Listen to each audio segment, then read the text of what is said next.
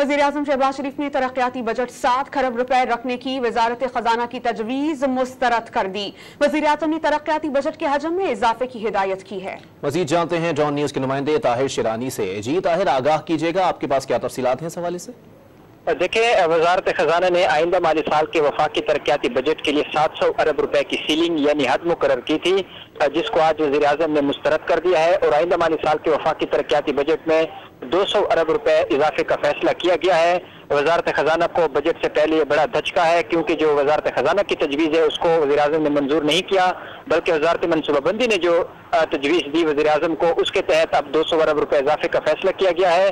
आइंदा माली साल के लिए पहले मजमूई तौर पर 900 अरब रुपए का तरक्याती बजट तजवीज़ किया गया था, जिसमें 200 अरब रुपए पब्लिक प्राइवेट पार्टनरशिप के भी शामिल थे, लेकिन अब ये मजमूई तरक्याती बजट जो है वो 1100 अरब रुपए हो जाएगा और उसकी वफाकी वज़ीर एहसन इकबाल ने भी तस्दीक की है कि आइंदा माली साल मजमूई तरक्याती बजट 1100 अरब रुपए होगा, जिसमें से PSDP के 950 अरब रुपए और पब्लिक प्राइवेट पार्टनरशिप के मंसूबों का बजट 150 अरब रुपए होगा।